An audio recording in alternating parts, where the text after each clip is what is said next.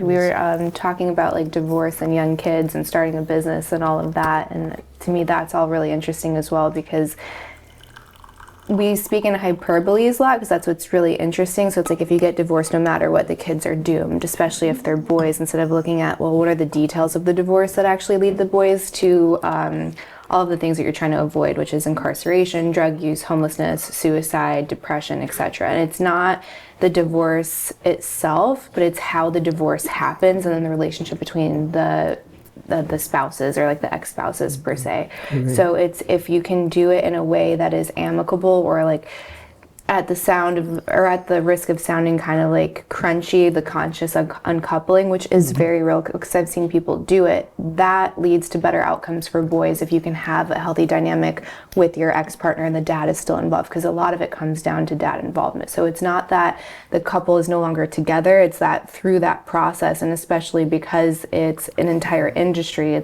they exist by making or by pitting the two spouses against one another, that's actually what does the damage, right? So how do you go through that process? And this probably goes into roommate to soulmate, like how do you go through divorce amicably so that you can still have both parents involved in the child rearing process? Sam, let's get it straight. I'm interviewing her. She's the expert. That was really good, what you said, everything you said. A lot of the communication tools that you put in roommate to soulmate, I mean, it's good whether you're in a good relationship, you're going through it, or you're ending it, I think. And then one of the exercises you laid out were the vulnerabilities of divorce. So do you want to kind of like go through those categories and communication? Because I feel like that would save people a ton of time, a ton of money, and then it's a much better outcome for the littles at the end of it.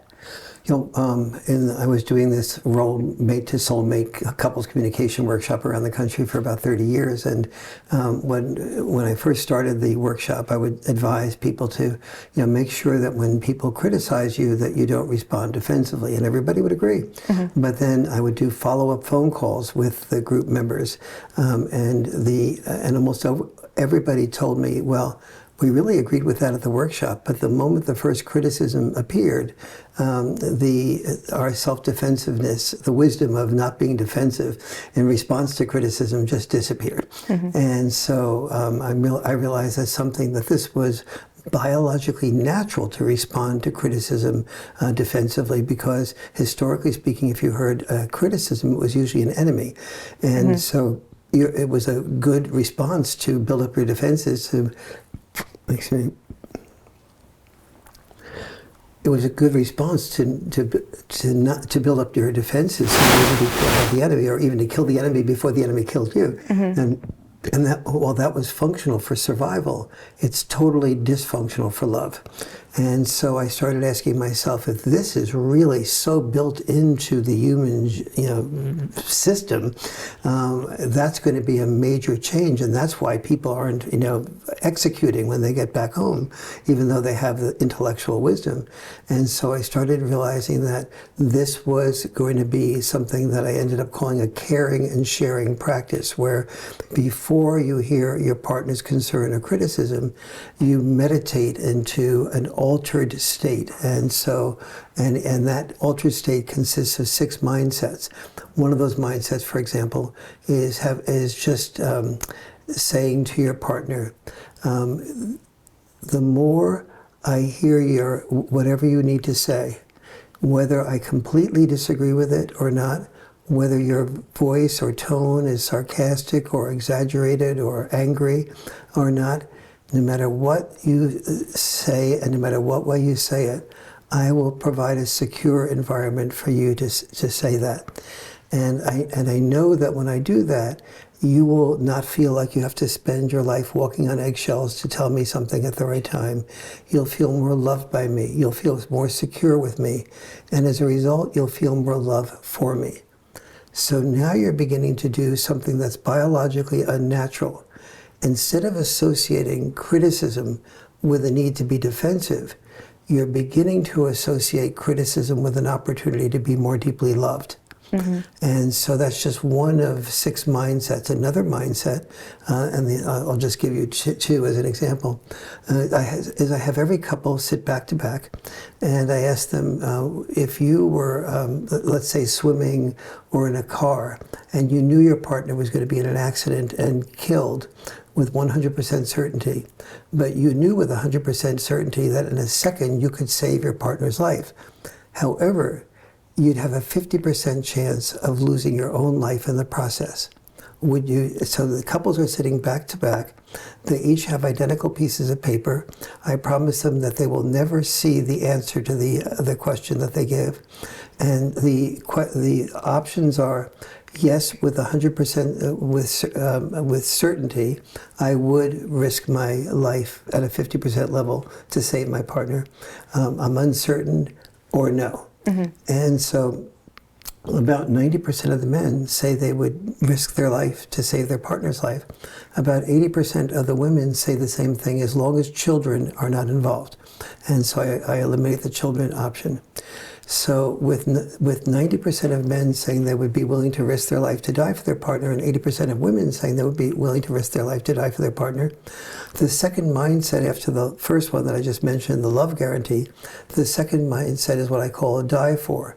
And that mindset goes, if I would die for you, well, I guess I could listen to you.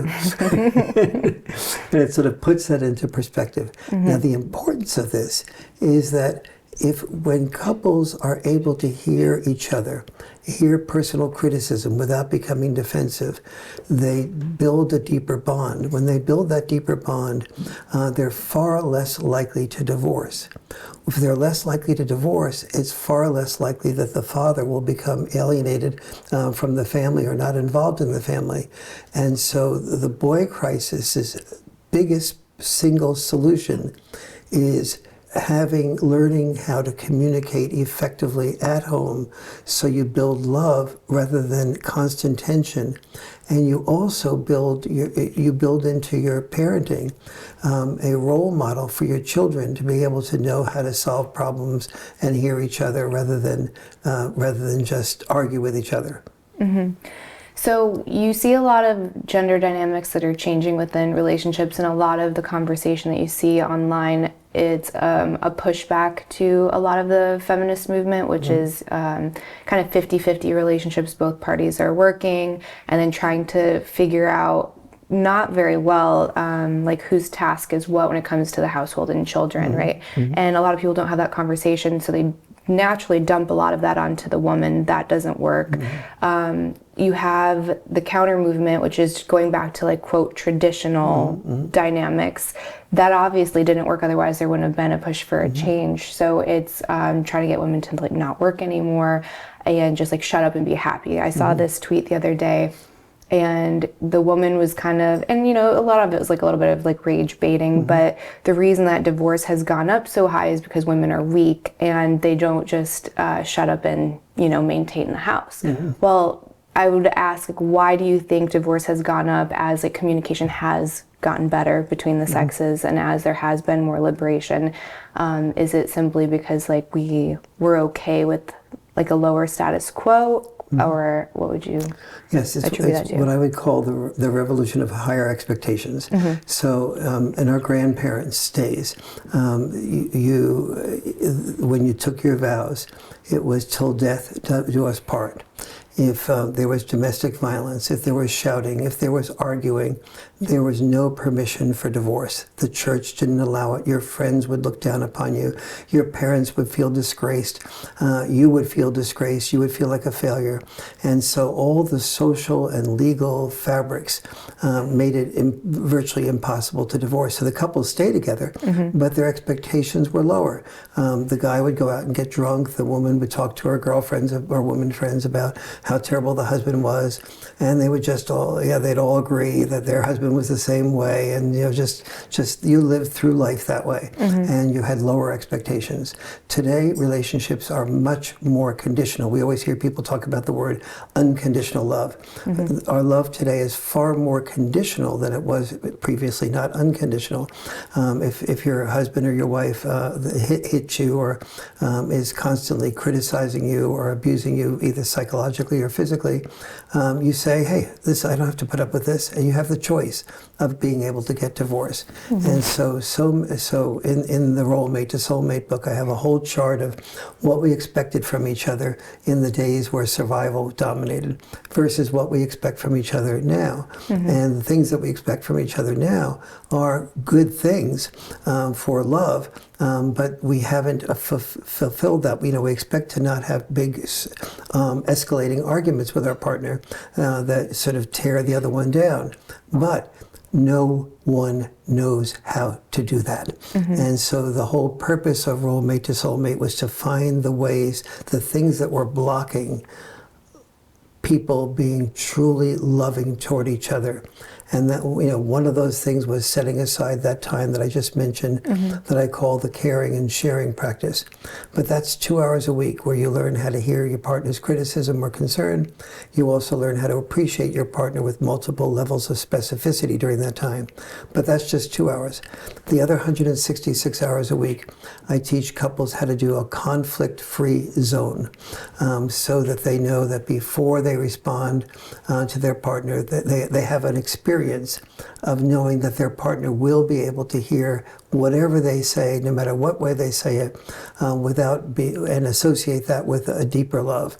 And so once you know that, and you hear your partner criticize you, you can visualize, I have two options here. I can save this, my response to this, to the time we do this caring and sharing practice, or I can respond now. If I respond now, the chances are my partner will respond to my response and will escalate and we'll both be hurt.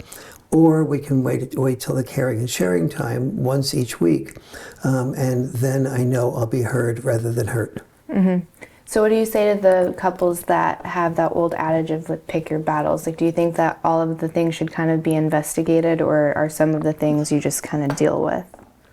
Well, you do have to pick your battles, but whatever that battle is, that's okay.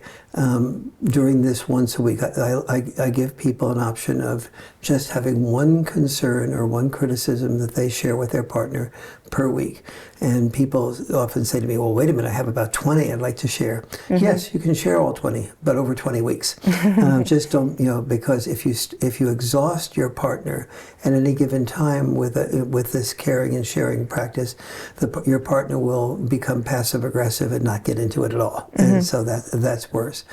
So do you have rules of engagement when it comes to the caring and sharing protocol? Because how do you do that without building up contempt? Kind of like what you were just suggesting a little bit. If you're, rapid firing all of these things with your partner, and they're like, well, I'm not going to share because it's just I'm getting attacked for 2 hours every week. Yes, everything, the entire process is filled with rules of engagement. So each person has about 7 steps that they go through. The first step is, just associating, no matter what you say and how you say it, with an opportunity for you to be more deeply loved and secure. And so once you move into that mindset and you say each of those mindsets, they're out loud, so your partner is hearing you make yourself secure. And when your partner feels that you're secure, they feel more secure themselves because they're not anticipating, boom, boom, being fired back at.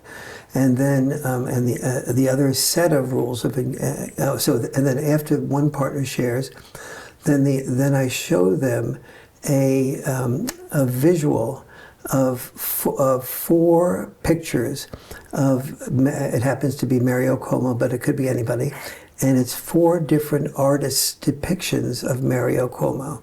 And so here are 4, one looks like a Picasso, one looks like a Monet, one looks like, and so on. And so I say to them, when your partner responds, now your partner has just finished hearing you.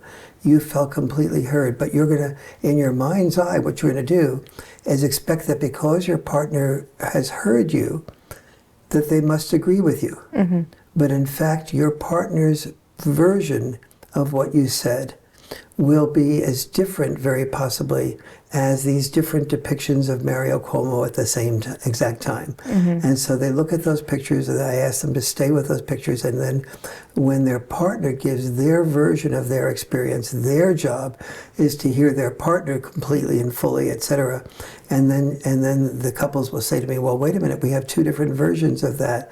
But the interesting thing is that, normally speaking, those two different versions would consist of a battle back and forth as to which one is right.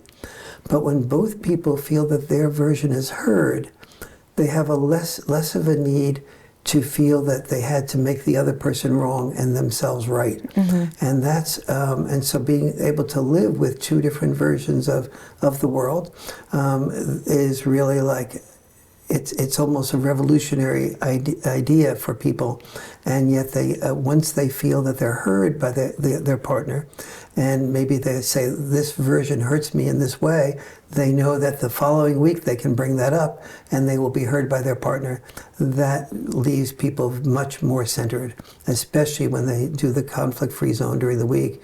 And I also teach people how to appreciate each other routinely as well as spontaneously, and at multiple levels of specificity. So if I were to say that at a dinner party that, I think Liz is a great cook, rather than saying just, Liz is a great cook, I'd say, sweetie, how did you make that the skin on that chicken so crisp? So I'm now making her the star of the show, and not by her bragging, but by me asking that question. I'm expressing curiosity, and I'm being specific. And then if I say, well, how did you, manage to make the skin so crisp and also make the chicken so moist? Now she's feeling like I'm really seeing her. And if I say, well, the spices were really good, well, it's nice to say the spices are good. You feel a bit more seen. But if you say, well, were those spices, like, was that parsley, sage, rosemary, thyme, or some other Simon and Garfunkel spice? So the more specific I am, the more she sees that I've really seen what she's done. And so all of that is built into the communication system. Well, you're also not falling into habit too when you do that, right? So there can be ways that you kind of go throughout life with your person, and maybe it's like a reflex to like touch their knee or like graze them, but like there's no life behind that, or like you'll say I love you almost reflexively, but it's like there's no presence in that. Love you too. Right, yeah. Like you're not really there, you're just kind of going through the motions. But when you're doing that, like you're kind of grounding yourself in that moment, and like both of you can be present. You're like, oh no, he's actually paying me a real compliment in the moment.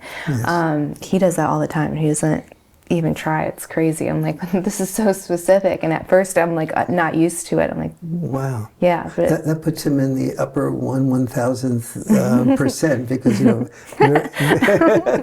very he's few, doing a thumbs up. very few people, male or female, are So specific with their partners about the appreciations. No, I think it makes a world of difference, because like I would even when you go to active listening, it wouldn't be active listening when you get a compliment. You're like, oh, it's not right, and then you're like, this is different. This is being noted as different in my brain. Yes, the reason I developed this caring and sharing practice is because I found that active listening, I didn't find this, John Gottman in the Munich Marital Study found that almost no one uses active listening without the presence of a therapist. And I asked myself, why is that? And I realized, well, active listening means that you have to listen to a criticism without preparing yourself to associate it with being loved. And then you have double jeopardy. You have to repeat that criticism back to your partner and make sure you didn't distort it like you would love to do, or miss anything, and so on. And so people would do that when a therapist was guiding them through it, but no way, shape, or form would they do that on their own. And so therefore it was basically, it was fine for people who were wealthy enough to have a therapist every few days or a week, but it was not fine for the average person to be able to do that. Or even the person that had a therapist, they thought the therapist was the hero because he or she could facilitate this, when in fact I want each partner to be the hero to their other partner and to themselves. Well, it's changing the perspective that you're on the same team versus like the other person's in competition with you, which you see a lot now. And I wonder how much of that is because you have both people that are working now, right? The clear-cut like roles of a relationship are so ambiguous, so then you can very easily slide into a competitive mode with your partner. So instead of hearing something and saying like, this is going to better the relationship if we sort it out together, versus this is a personal attack, right? It goes like, one of my favorite books is the Don Miguel Ruiz Four Agreements, right? So don't take anything personal is a rule that, I mean, I forget too all the time, but to try to remember. Yes. The reason for the Role Mate to Soulmate book is that everyone says that and no one does that. And so that's why the caring and sharing practice has to have the process of doing those mindsets precede you hearing the criticism from your partner, because we are biologically not prepared to do that.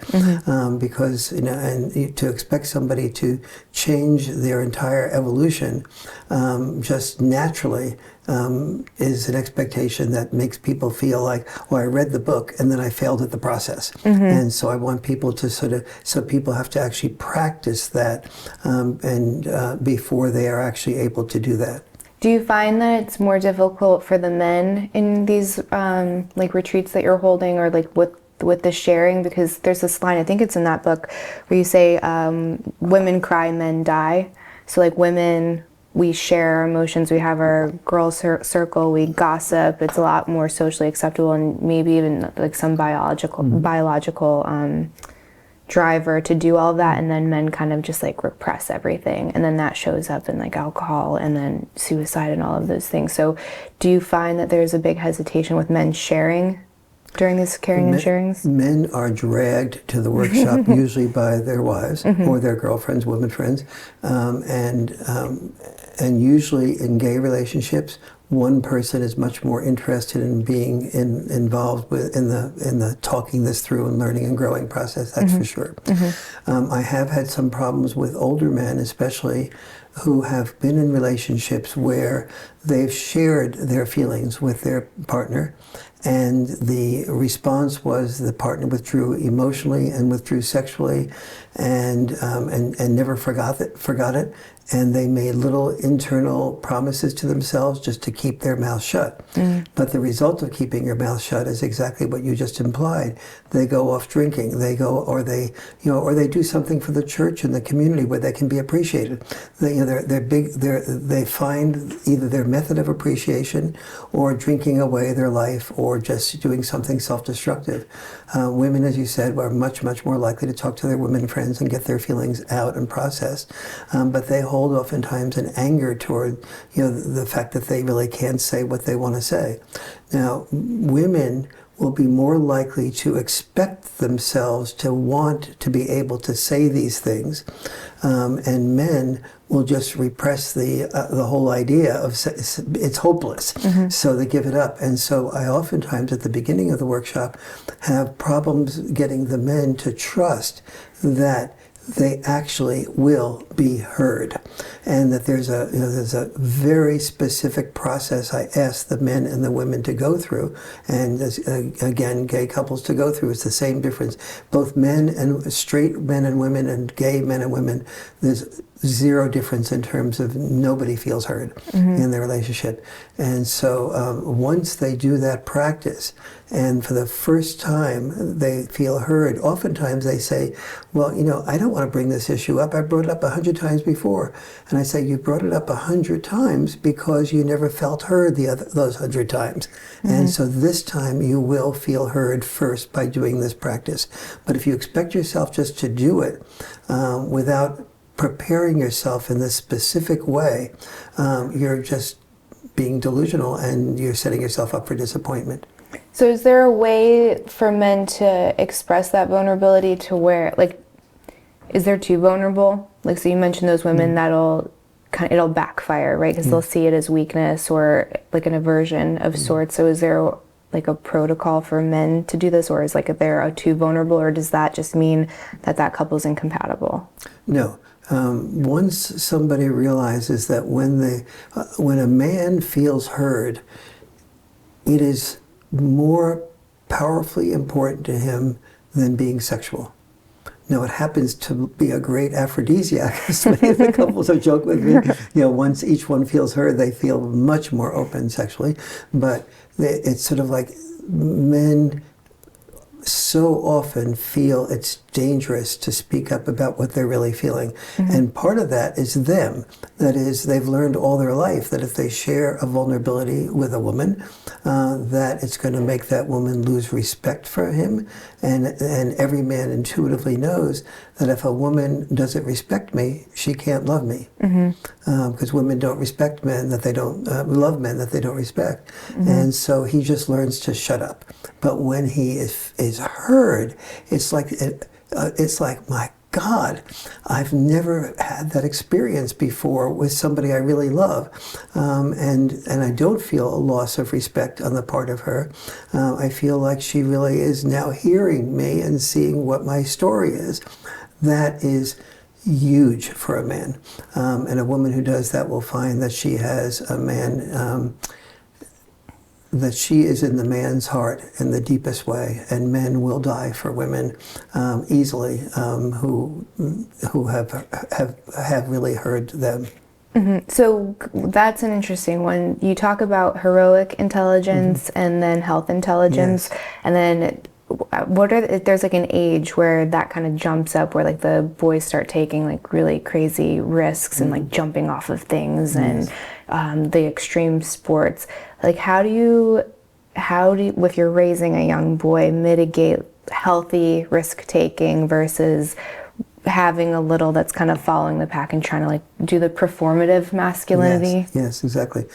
Yeah, and first of all, the only one word for that answer is balance, or balance, and balance, if you will. And there's something very valuable to taking risks. So, for example, if a mother and father have a child, and the child says, Dad, can I climb the tree in the backyard? And Dad goes, well, sweetie, be careful. That tree is that can be dangerous. So just be very careful, okay? I got it. You got it. So the kid, but the mother, maybe the kid has just previously asked Mom, "Can I climb the tree?" And Mom says, "No, sweetie.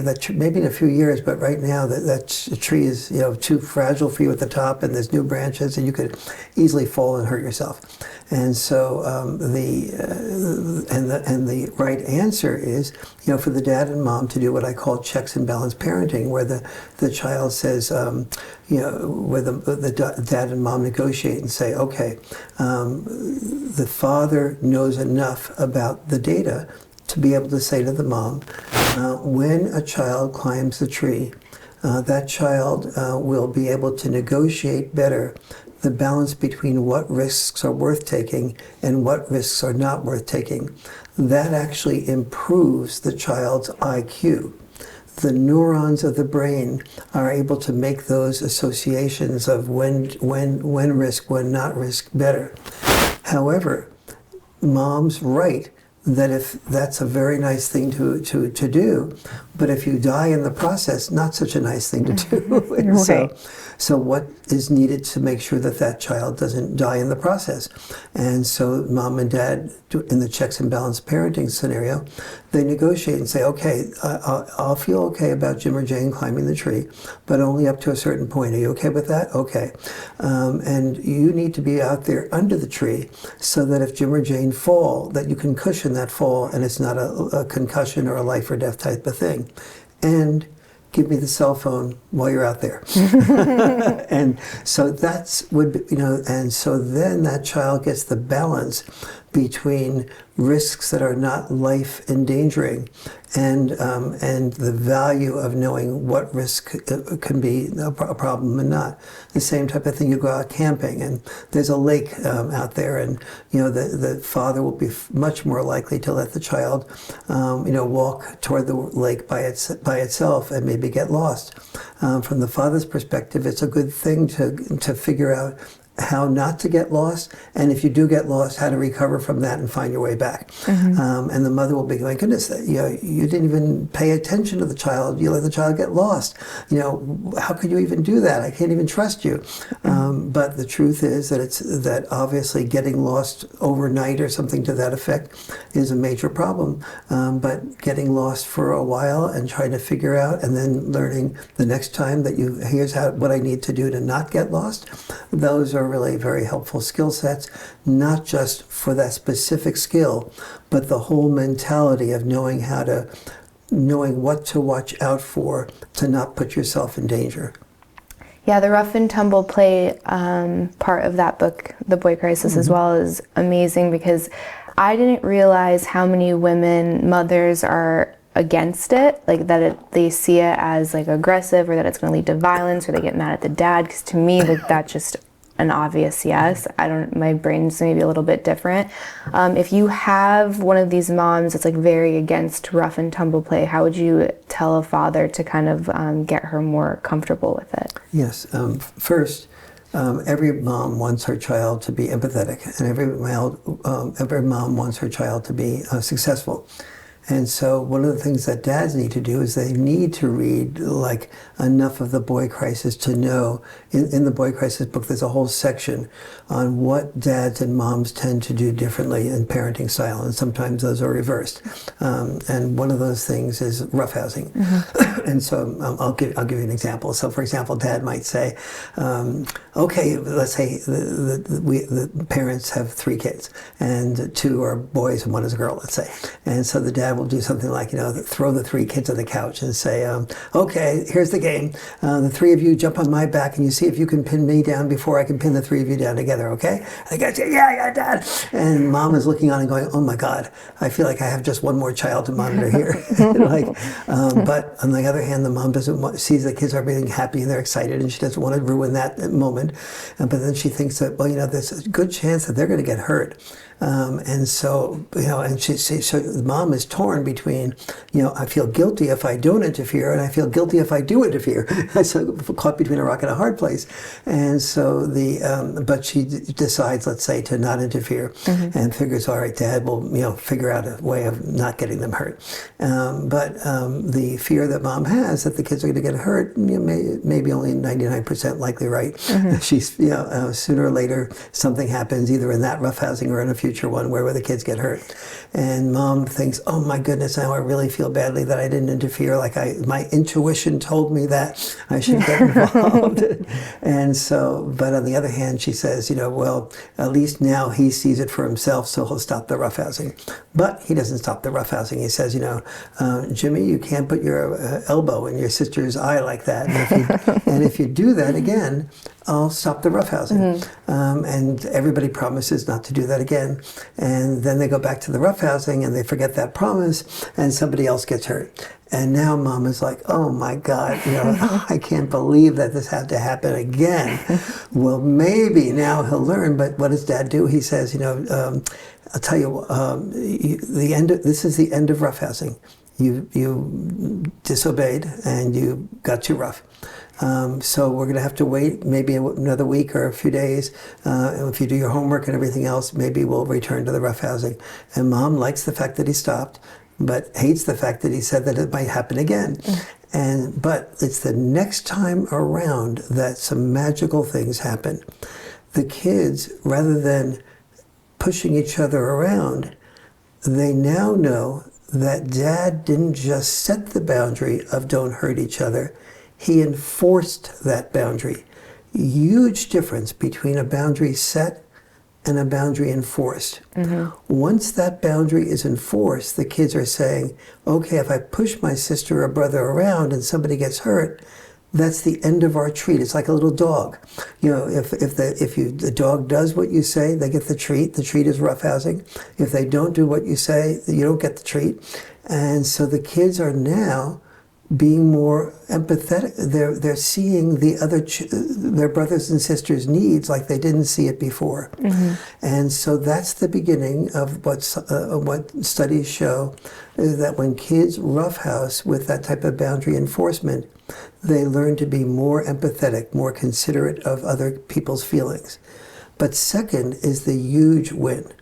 They also are learning postponed gratification, because immediate gratification would be push my brother or sister aside and win this game. But knowing that you can't do what you want to do in order to get what you really want, the roughhousing, you learn to postpone the immediate gratification. Postponed gratification is the single biggest predictor of success or failure. And so the kid with postponed gratification is going to get his homework done before he does the video game, much more likely, and will be able to put off things that he wants or she wants until they do that. So then they do their homework, they succeed at school, or they succeed in a sport because they're able to postpone the gratification of just, when I used to run in track. And when I first started running in track, I just would run out there and I'd be right up front of everybody. But then I'd get exhausted and everybody else would beat me. And so I learned, to save my energy toward the, and sprint at the end. I learned that postponed gratification was better. And so those are some of the types of things that mothers and dads need to learn from each other and to develop that checks and balance parenting. But we don't have the single biggest likelihood of a boy being in a boy crisis mode is the absence, the what I call dad deprivation. And when a boy is deprived of his dad, he is much more likely to not have that postponed gratification, to fail out of high school, to commit suicide, to be addicted to video games, to be addicted to porn, to not be able to focus on his work at school, and more than 60 other metrics that I talk about in the Boy Crisis book. So knowing that, have you seen any advancements since this has been published? Because one of the things that you highlight is kind of like the silliness of the court system when it comes to divorce, because they'll prioritize a paycheck over the dad's time. And they get stuck in this kind of this like loop of, well, I have to make more to now pay for child support, so then I'm sacrificing time with my kid, and we know that that doesn't work. Like, that paycheck doesn't make a difference. I think you mentioned it was like over $75,000, right? Like, the kid needs more of your time, not more of your money.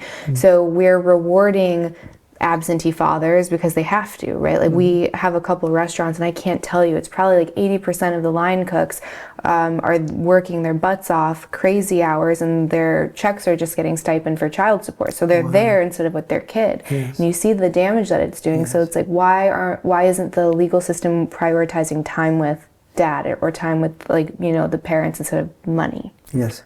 Well, first of all, you're exactly right. And so I'll deal with the reason why it's not changing, but because the average person listening really should know more than anything else that if there is a divorce, what are the 4 must-dos? And the first of the 4 must-dos is that the child has about an equal amount of time with the father and the mother. Both mother and dad are needed. The children that have that equal amount of time do better than those that don't. Number 2 is that the father and the mother live within about 20 minutes drive time from each other, so there isn't resentment or anger when the child can't go to soccer practice or go to the best friend's birthday party. And so that's really helpful. It's not good for the child, the mother and father usually to live in the same home, and maybe just different parts of it. That's a difference. That's not good. That's usually not good. It's easier for the child to manipulate, like, oh, I don't like what you're doing, I'll go to dad's, I'll go to mom's, and do that. But that also can be prevented, but it's a danger you have to watch out for. Number 3 is that the child is not able to detect any bad mouthing or negative body language. So if the about the other parent, the absent parent. I'll share this part in that because this has been helpful to many parents.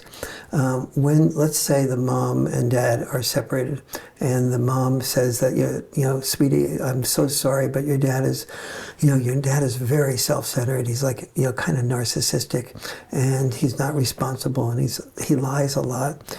So now that feels like the mother's explaining to the child, what's happened there. But what the child does, particularly the boy child, is that he looks in the mirror and he sees that his nose or his eyes are somewhat like his dad's. And he begins to feel that if dad was a liar or irresponsible or self-centered, and certainly he's going to be self-centered, everybody's self-centered, and he begins to worry that he is going to be all those negative things that he's being told his dad is. He can't talk to his mom about that, because he's afraid his mom is his primary source of sustenance emotionally and every other way. He can't talk to his dad about that because he's already feeling terribly about the insecurity of the breakup of the parents, and he knows that that will just create a fight between mom and dad. So he has to keep that feeling to himself, unless he's wealthy and can go to a psychologist about it. And so that's the type of reason that it's so important. And when I'm talking about this, I'm being really this way. Let's say you have a son or a daughter who says something, oh, I had a great time at mom's or dad's, and the father or mother just is silent and changes the topic. That's bad mouthing of a different type. So even that type of negative body language in response to a child's enthusiasm about being with the other parent is in that category that I'm talking about.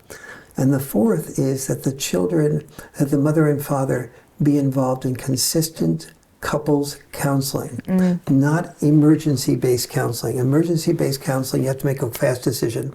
And so both people, the mother and father, are both making their best case. And they're arguing with each other. They're not listening to each other. Consistent counseling gives the mother and father a chance to learn how to hear each other. And that's very crucial. Yeah, I mean, I totally agree. I think they're calling it negative gatekeeping. Right. So if you're instead of doing like the overt criticism of the other parent, it's like, oh, what'd you have for dinner? Oh, he gave you pizza. That's it. You only had pizza. You won't let me make you something healthy. Right. So it's like this more manipulative way to kind of get in between, in between the parents. So what role would you say, like, let's say there's no dad, and like the role of like another healthy masculine figure, like a coach or an uncle or like a friend or whatever that is, like let's say dad's not an option, like what can mom do? Good. So first, many people feel that dad isn't an option, but if dad is alive and what's that? And safe. I'm sorry? Safe. Yeah, alive and safe, basically. The first thing to check out is learning what the positive contributions of dads are, and letting that biological dad know he is needed for these reasons that you didn't understand before. When men are needed, they're willing, like when Uncle Sam says, we need you to fight off the Nazis, otherwise we'll be invaded. The men will respond and be willing to kill and be killed when they're told they're needed. It's a lot easier to love and be loved. And so if a mother says, I didn't realize that things like that roughhousing or, leaving the child in the playground and then he got into a fight, I didn't realize the positive value of those things.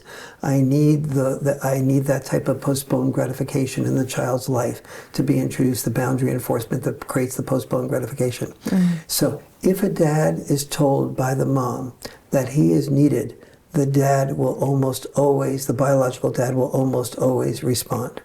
Now, if that's impossible, the dad has passed away or whatever, or is not only in prison but is really a bad person, it's a different issue. And so then the best thing that can happen is there's a number of options. One is a good stepdad, but with a good stepdad, and there's a section in the Boy Crisis book on stepdads, and stepdads it's a tough number because oftentimes the stepdad's propensity to do boundary enforcement will be interpreted by the mom as being not as caring about the child or children as she is. And having been through a divorce, the mother will often feel like, the child is already suffering from a divorce.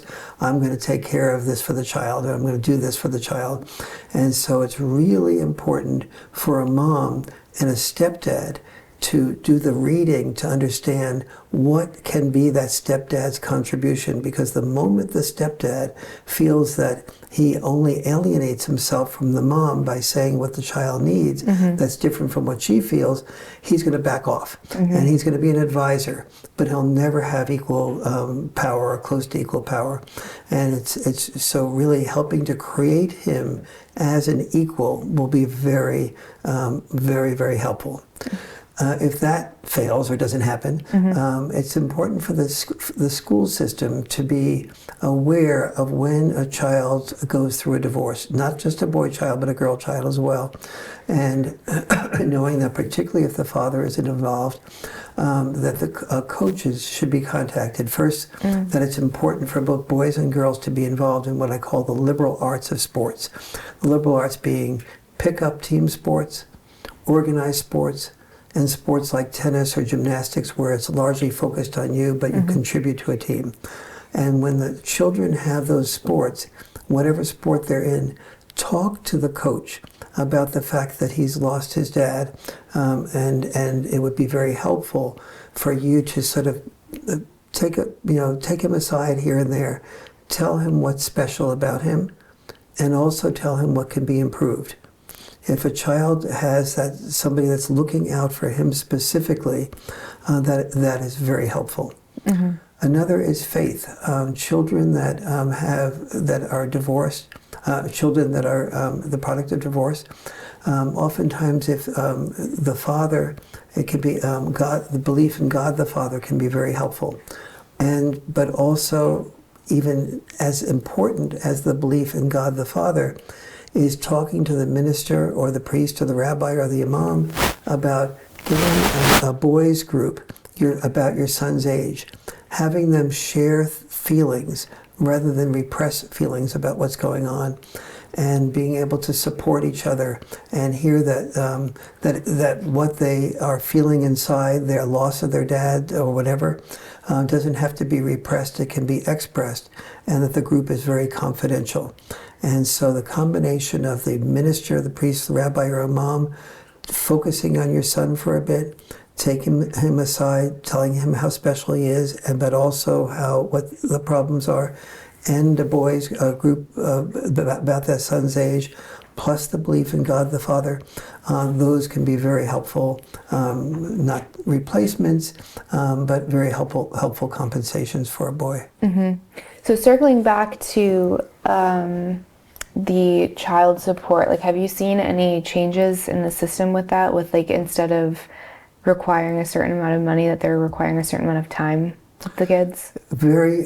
Yes, I have seen some changes. That's the good news. And in Florida, the Boy Crisis book was read by the fellow who was Speaker of the House at the time, and the Speaker of the House used it to raise his 3 kids with his wife, and then gave it to the heads of the family committee on the Republican and Democratic side.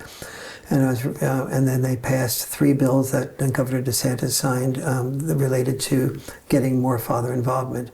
The first bill to have $75 million contributed to letting dads know how important they are, and to letting moms know that father involvement is a woman's issue. Women shouldn't have to be overwhelmed by the responsibilities of taking care of the children.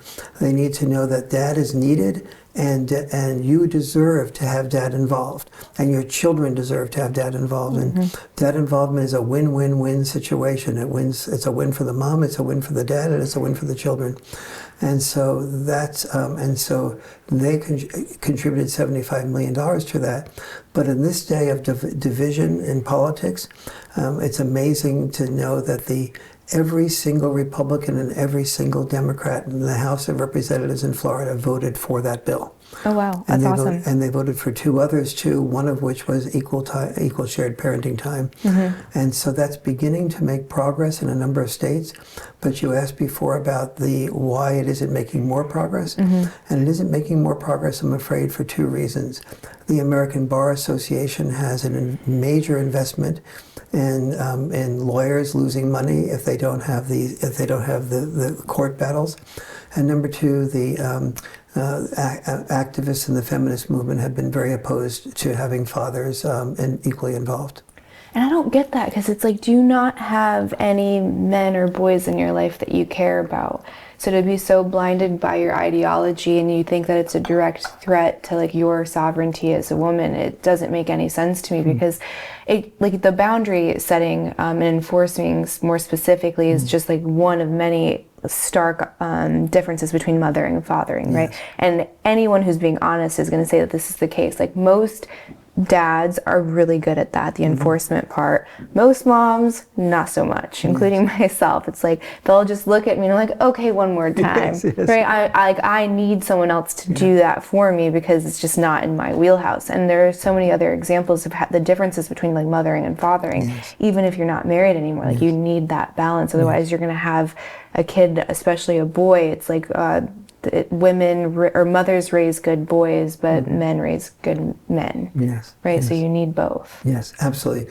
First, you said something very important, which is the difference between boundary setting and boundary enforcement. And this is very important for a parent to understand. So, for example, when boys and girls are under dad's supervision, the dad sets a later bedtime than the mom does. Mom sets an earlier bedtime. So you'd think, oh, well, wait, Warren, that shows you that that the dads are being more lenient than the moms. But the data shows that the children under dad's supervision actually get to bed earlier than the children under mom's supervision for exactly the reason you just sort of mentioned. So the children will say it's 8:30 for mom sets and 9 o'clock the dad sets. And the kid comes up to mom at 8:30 and says, oh mom, I can't go to bed now because I didn't do my homework. And mom goes, well, you should have gotten off the phone with your girlfriend, an hour ago, rather than and you've done your homework then. Oh yeah, I know that, Mom, but I'm sorry, but I don't want to go to school without doing my homework. And Mom goes, well, I don't want you to go to school without doing your homework too. So all right, but in the future, don't do it. Do that. Get your homework done. And so then the child spends another half hour or so doing homework, and then says, I did my homework, and I have, can you read me a story? And after all, I did my homework. And mom goes, all right, you did do your homework, I'll read you a story. And now it's an hour later. And so dad will say, sometimes do that type of thing the first time around. But the second or third time that happens, the dad is more likely to say, I gave you a warning before, to get off the video games, and if you don't, you won't get your homework done. So now you're going to go to school without getting your homework done. And it's like, that has consequences. And so the difference there is between boundary setting. The mom set a boundary that was earlier and more restrictive.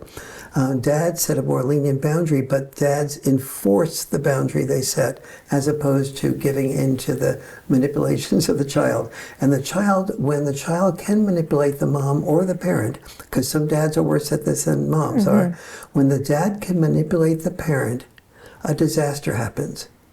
That is that the child starts losing respect for the parent. And it starts gaining respect for its own ability to manipulate. And so everyone loses. The child becomes a manipulator, and nobody wants to be a disrespected parent. So what's your stance on discipline? Like, what does that look like in like the best possible way? Because to me, the laziest form is physical, right? And a lot of people will quote the Bible as a reason to do it, right? Like spare the child, or spare the rod, spoil the child. Like that's not really what it meant. Like, you're not supposed to be taking a rod to your child. That's lazy. Then you see the other end of the spectrum, which is like passive parenting or just not parenting at all. So you have this kid that's like omnipotent, right? Like I'm in control of my own destiny and I'm the center of the universe. Well, that's not good either. So what does healthy discipline look like? Yes, way in between those two. Yeah. Right? Yes. And it's a very good description of the hitting of the child, that's lazy, or just uninformed or uneducated. And so the good discipline is consequences that are proportionate to the crime, so to speak, and that continue to grow. The more the consequences grow and get bigger, the more the child disobeys. And so, the child might be deprived of its favorite dessert if it brings electronics to the table at dinner time, if that's a rule you have. And then if the child then goes ahead and does that, the dessert doesn't work, you might not pay for the phone to be renewed. And if the child is playing video games forever in the room, rather than saying, I can't do anything about it, the door is closed, you leave the door open. If that doesn't work, you take the computer out of the room and put it in the living room so you can see. So that the child begins to see that sooner or later it's going to lose if it what it really wants, if it disobeys mom and dad. But don't take out the big guns right away. Have incremental guns, so to speak. So what does that look like if you have a toddler, right? So like they're not really on devices, and maybe the like cognitive capacity to say like I'm going to take this toy doesn't really like register. Right. Well, you take the toy away, and if the child goes back and gets that toy again, then the toy disappears. Something like that effect. And so the child begins to associate that when mom or dad says, no, don't touch this toy, it's not until after dinner, and you touch it, that not only do you not get that toy, but you don't even get it after dinner. And so then those types of associations can be made at the pre-verbal stages. Okay. No, that makes sense to me. I've heard of like doing time-ins too. So instead of like a timeout, they're still with you, but you designate like a spot and you put them there and you're like, okay, we're going to put a timer on for 2 minutes or whatever the thing is. And you have to self-regulate. Like that's an important part of it. I'm not going to like let you have this big tantrum. So control your breathing, get your emotions under control, and then we'll kind of do like an after action or report, like what happened, what can we do better kind of a thing. Yes, absolutely. Yeah, those are good things. Those are, and again, everything at the beginning is small. And then incrementally it gets more and more of something that the child doesn't want to have happen without hurting the child physically. Right. So going into the middle ground, like let's say adolescents, teenagers, even like young 20s, maybe someone didn't read this book, dad wasn't there wasn't a healthy role model, and now you kind of have this like really unhealthy masculine, someone that's like very cynical, hates women, doesn't have a purpose or a direction. Like, is there a too late, or how would you kind of course correct or heal that stage? Yeah, it is. The good news is it's never too late. If you can get the father involved, great. If you can look at yourself and say, I need to exert some discipline. I had parents once come up to me and say, well, I can't, there's nothing I can do. Well, when the parents and I finished the conversation, we had outlined about 20 things that they could do. That they tended to drive the kids to some place. They tended to, they were paying money the child would have had to live outside of the house and pay rent that the child didn't have the money for. They were subsidizing the child and giving the child many, many things, clothing, so on, food, preparing food that the child liked versus food that the child doesn't like. Parents usually have about 20, 30, 40 things that they can do that if a child is not obeying or a child is not being disciplined. The children who are not disciplined are usually ones that did not have that boundary enforcement. That boundary enforcement can start anytime. However, it will be challenged when it's first started from a parent that hasn't been doing it before. And so, and it will be challenged pretty fiercely if that child is a teenage male and has had a lifetime of getting exactly what he wants. And so you're going to have to deal with some temper tantrums, maybe the child running away from home for a bit and living at somebody else's house. Don't go after him. Let him come back to you, and recognize that living with you and your love and your parenting is a privilege. It is not not something that needs to be done. Yeah, that was, I feel like, one of the examples in Roommate to Soulmate. You were listing all of these things that you don't even realize as a couple that you have to navigate, like really big problems. Like one of them was like, what happens if your kid comes home and they say that they're trans? What happens if your adult kid is like, I'm moving back in? So like really big things that you might not think of. So you would say like maybe failure to launch, and I don't know if any of that is maybe in like the Man Crisis book that you're writing right now, which I want to hear about, but is that more of like a tough love boundary setting, or do you let adult child come home? Because I don't know the number off the top of my head, but there's a huge percentage of adult males that are still living at home with mom and dad. Yes, between the ages of 29 and 32, 63% of adult males are living at home. And that's huge compared to what it used to be, especially. And so, no, it's very important. If the child needs to live at home, then that's a sign that you need to make boundaries. You need to say, rent is this. And if you can't pay it, you no longer are welcome to live at home. Or you can live at home without paying rent, and you have to cook and take garbage out and take mom or dad to run errands, do grocery shopping. As anyone who's lived at home or lived knows, there's 1,000 things that you need to do to maintain a decent home, and so you can get your child involved as a negotiation, but that negotiation is controlled by you, the parent, not the child. That's the crucial difference. Okay. Yeah, that makes sense, because you see other cultures where it's very normal to have multi-generations under one household, and that works. You would never say that that's a dysfunctional male or whatever, especially if you take into account like just the economy in general. Right? Like there are going to be things that are out of someone's control, but it's like, how do you do that in a healthy way that's not going to be like taking like the wind out of their sails or like their potential away? Yes. So in the man crisis, can you talk a little bit about that yet? Or like what are like the focal points of that book? The man crisis is looking at, when you have a boy crisis, a lot of what happens is that those males are not graduating from college, or they're depressed, or they're suicidal, or they're having a lot of dysfunctions, well over 50 dysfunctions that I talk about, especially boys that are raised without dads. And so these are all going to be dysfunctions that will continue as a male. And so I'm looking at some of the fact that men die sooner out of 14 out of 15 of the leading causes of death. So one of the things, what can we do about that as a culture? Well, one of the things is we have 8 federal offices for women's health and 0 federal offices for men's health.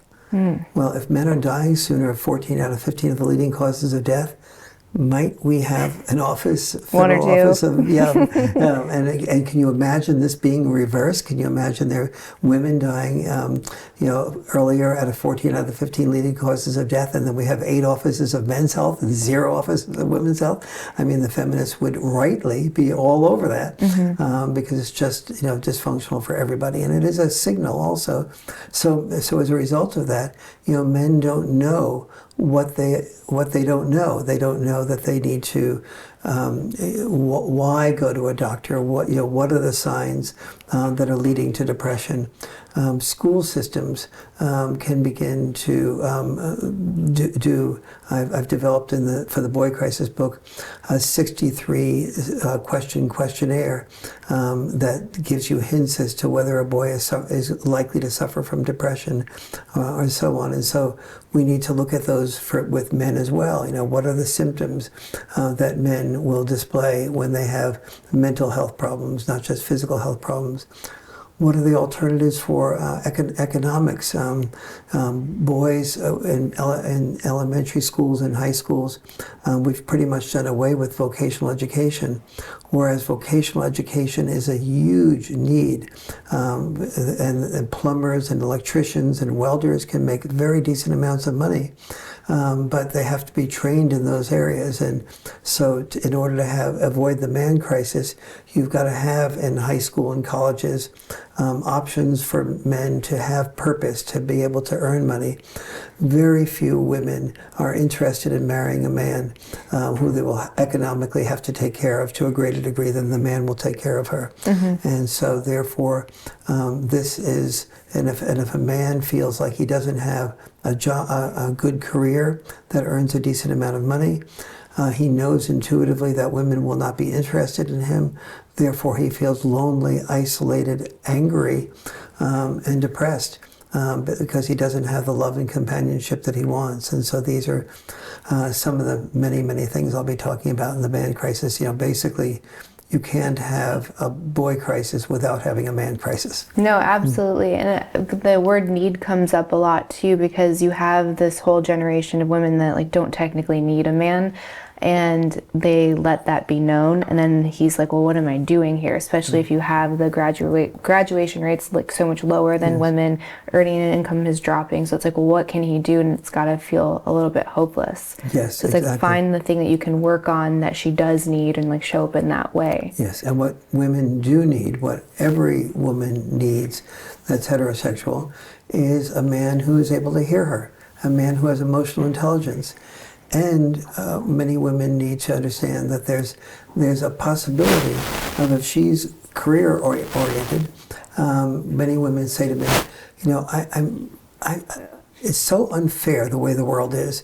Men can be have-it-all men, but women can't be have-it-all women. Meaning that they can have their career, they can have the children, they can have a happy marriage. And that's completely not accurate. Meaning that a woman can make a choice to have a top-notch career and break glass ceilings, so to speak, but she has to choose a man for a husband who is emotionally more inclined to be a nurturer, connector, rather than a provider, protector. And that means women initiating, going to a party, for example, and looking around at the party and picking out, oh, there's a man, interesting. Instead of talking to a woman, he is listening to a woman. Instead of listening and then talking, he's listening and drawing her out. He's curious. He is more of a nurturer, connector type of man. And then maybe instead of just hoping that maybe he'll find her at the party, her going up and choosing him. A happy wife is a happy life, but many women do not make the effort to choose the man that has the vibe, that has the emotional skills that could potentially make her happy, particularly if she is oriented toward career oriented. And then as she goes up and talks to that man, rather than say, well, okay, now if he's interested, he'll call me. No, get his phone number, get his email, find out what he's interested in. If you don't think he's inclined to call you, find out if he likes to go to a ball game or an opera or whatever. Buy tickets to that and treat him to it. Get the start. If you're because that type of man who's going to be a nurturer, connector, is not so much oriented like most men are to, okay, most men spend a good part of their life figuring out how to handle rejection from women. So the better they are at that, the more successful they are with women. But they also harden themselves to that rejection, and they're much more likely to sort of say, okay, I'm able to handle rejection from a woman, so that was a good night's sleep, a good night sexual experience. Now I'm going to go on to this other woman and this other woman, because they can handle going to many women and being rejected. But that nurturer, connector type of man that's going to be very good for taking care of the children while you do your career, he's not likely to have developed that type of personality. And so part of what I talk about in the Boy Crisis book is how to select for the type of men that will be willing to take care of the children while you do your career. And maybe he's going to have some creative job on the side, and maybe he won't. But the single biggest condition, aside from knowing the rules to select for that man, the single biggest condition is you have to be able to respect him if you are earning more money than he is. And if you can't do that, you're not prepared to select for that type of man and therefore be a have-it-all woman. See, I think most women have a bigger issue with an income disparity than most men do. So a lot of, like, there's the narrative, like, he can't handle that I'm a successful woman. It's like, no, you can't handle that you're making more. And I, like, see that across the board. Like, I've seen very rare instances where it was flipped, where the guy was like, I'm just so insecure that she's so successful. Like, that is a rare bird, I think. You are so right. And more fascinating even than what you said is how that is the first time in all the years I've been doing work like this that I've ever heard a woman say that. And that's exactly correct. There really needs to be some introspection on the part of women about if a man earns less than she does and is doing other things like taking care of the children and taking care of the home, that look inside of yourself and say, have I gotten myself to the place where I can really respect that, appreciate that, and let him know that I respect that and appreciate that. And the pressure this is not just the female's fault alone. She will sometimes get negative feedback from women friends and from parents. And so I once lived with a woman who she was a medical doctor, and everybody was saying, "Oh, I'm so glad that you're living with Warren. He will get along great," and blah, blah, blah. And then she revealed that she was, when she moved in to be with me, that she was paying some rent to contribute. And all of the women were, "What? You're paying rent to contribute? You're contributing rent?" Now here she was a medical doctor, so it wasn't like she was, a struggling artist. And it was like, and yet, so she had to deal with what she felt just fine with, which was contributing to the rent, but that after she got all the pressure from, she was involved in 5 different medical offices in Southern California, and she got negative response from all 5 of them just about the rent paying. Mm-hmm. And so that's pressure that the woman has to deal with. It's just so limiting too, though, to look at the dynamic that way, as like a man is just a paycheck, right? You say the word provider, and I do think that that's essential to that dynamic, but like providing what? And we just say just money, right? Yes. And then not just money, but like more money than I make. Yes. And then I think it's like one of those things that until you experience it, like you don't understand how invaluable it is, mm-hmm. right? Just like everyone thinks that money and fame is going to solve all of their problems. If that mm-hmm. was the case, you would see a lot less billionaires killing themselves, right? Yes. But people don't believe it until they experience it. So I think maybe one of my advantages is like I have dated guys that have had more money than me mm-hmm. and less money than me, and it really makes no difference. It's yes. like, what are they providing in the relationship? Yes. Like, are they like an emotional like pillar for you? Are they showing up with the kids? Are they trustworthy? Do they hear you? Like all these other things that actually matter as you go through life with someone, not just a paycheck. Because we saw that, and then we've seen guys that like, and it's kind of coming full circle where. And I think it goes to the hesitation of vulnerability. Like they don't want to be vulnerable with a woman because that's too scary. So mm-hmm. I'm only going to provide a paycheck mm-hmm. because in that the power dynamics of the relationship are crystal clear. I know what's expected of me, and mm-hmm. I don't have to go above and beyond and like risk getting hurt, right? And to me, that's like, do you want to experience depth with a person, or do you just kind of want to have roles with the person? It goes back to the roommate soulmate thing. Yes. We can say our grandparents did it right because they weren't divorced and they're still together. It's like, well, is that also the metric that you want to measure mm-hmm. success or mm-hmm. a happy or like a healthy relationship? Or do you want to be happy? Yes. Do you want to be in love? And mm-hmm. so much of like the stoicism, which some of it is great, but you see when it comes to love, they're like, love is, it's just a decision and it's that. And it's like, sure, that's part of it, but like it's also a feeling, right? And it goes back to balance, like masculine, feminine. Like you can't completely negate the feeling or feeling in love. Like that matters too. It's not just simply a choice to like, will it cohabitate? I could do that with anyone, right? Absolutely. What you said is true, and true. I mean, and you know, those decisions. I mean, it really does help when you get married. I know that Liz and I broke up a couple of times before we got married, and then really? Yeah, and we had we're opposites attract, and the roommate to soulmate course is we actually used that. I started developing it when we met each other some 31 years ago, and so but we used it with each other, and being able to hear each other made all the difference in the world, and it kept bringing us back together again, and so then we got married, but. When I made that decision to get married, it was like, I am going to put everything I have into this. This is going to, and that means I'm going to really hear Liz, love Liz, support her, do the things that make her happy. Oh, I love that. So, is she your first marriage? No, second marriage. Second marriage. Yes. So there's this thing where people try to like, again, it's like force people to stay in marriages no matter what. Like you made that, it's like till death do us part, you can't do it, you're gonna stay here and it's a life sentence.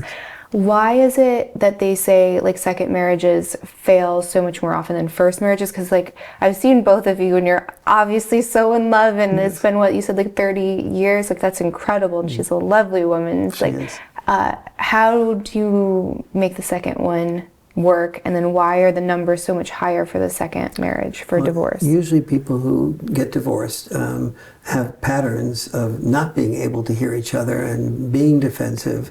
You get two good lawyers together and they'll kill each other pretty quickly, right? And the brighter you are, the more effectively you can argue, the more effectively you can be defensive. And so it has nothing to do with intelligence, except maybe inversely. If we have a puppy dog, we don't have that many arguments. We're not criticized that often, so we don't divorce the puppy dog. And a Down syndrome child, the same thing. But the brighter you are, the more likely you are to sort of like figure out the best defenses to defend yourself, and that ultimately ruins that marriage. And so you're taking that same skill set or lack of skill set into a new marriage, and that's likely to play out in the new marriage after the honeymoon period wears off. And so that's why the processes that I was teaching and learning at the same time were so crucial to change the way I listened and really heard, I hope, Liz, so that always felt that she could always say whatever she needed to say, as long as she said it at this time that we set aside, so I could prepare myself to do that type of listening in the caring and sharing modality. And that's what changed, and that's what worked.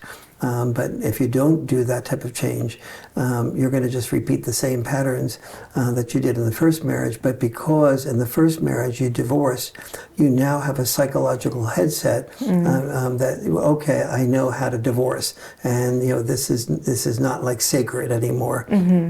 No, I mean, any other tips? Because I think the goal would be to have that kind of reaction after being with someone that long. It's so beautiful and it's very rare. So aside from caring and sharing, do you guys have, do you schedule dates or like romantic time, or what else would you say are like key takeaways to hopefully having what you and Liz have? It's, let's see, I get emotional. No, I love it. I think it's beautiful. The caring and sharing process is definitely the most important. Taking time to be with each other, like we just came back from Cancun, and making sure that we took time to sort of be holding each other while we're in the ocean, just having some playtime together and being away from work and enjoyment. Doing the appreciations with each other, and having the discipline to do that, and just sort of Liz knowing that I appreciate specifically things about her, and me feeling the same thing from her. That's really an important part of our glue. I think having a conflict-free, once we've done that caring and sharing, it's so much easier to have that conflict-free zone, because we know that if something, sometimes something will really bother us, and we can just see that it's going to escalate. And so one of us says, let's save that to caring and sharing. And we try to have caring and sharing time on the calendar anymore. We've gotten a little sloppy with that recently, but partially because we are good at being able to say that we need to do it the next time. But for couples that are starting the work in this area, it really is important to have a caring and sharing time on the calendar all the time, so you can that in your mind's eye, that you'll bring that up in caring and sharing. You don't have to say, all right, I'll bring that up in caring and sharing, and that quasi-weaponizes caring and sharing. That's interesting.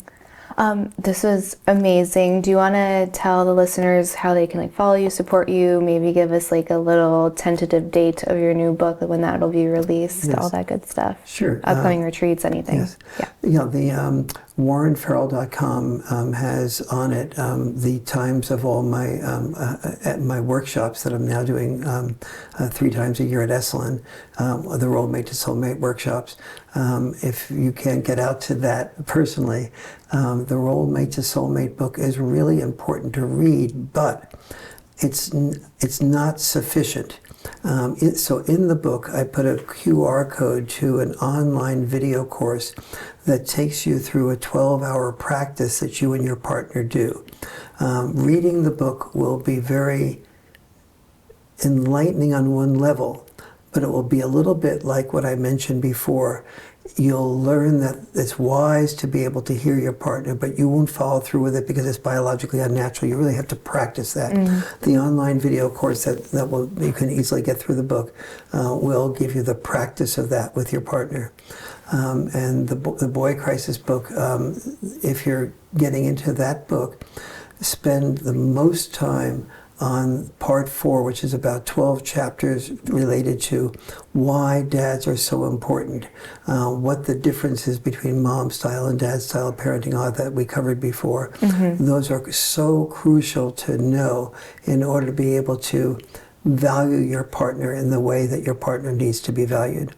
And the Man Crisis book, that won't be out for a couple of years yet, because I put a lot of work into my books, and it takes me a while to write them and get them out. Well, worth the wait, for sure. Thank you. But yeah, this was such a treat. It was so nice finally meeting you, because again, I have mentioned this book more times than I can count, and I think anyone that has a boy in their life needs to read it. It is invaluable. So thank you very much. I value that from you more than I've ever valued that from an interviewer before, because you really have insights that are 100, you're over and over again. You've heard what I'm writing in the Boy Crisis book in a way that I would love it to be heard. Oftentimes you hear somebody say, well, in the Boy Crisis book you say, and I'm going, no, actually I don't really say that. And I have to gently wind my way into what I really did say in the Boy Crisis book. So I really appreciate you, Candice. Thank you. I appreciate that. I appreciate you too. Thank you. Thank you, everybody.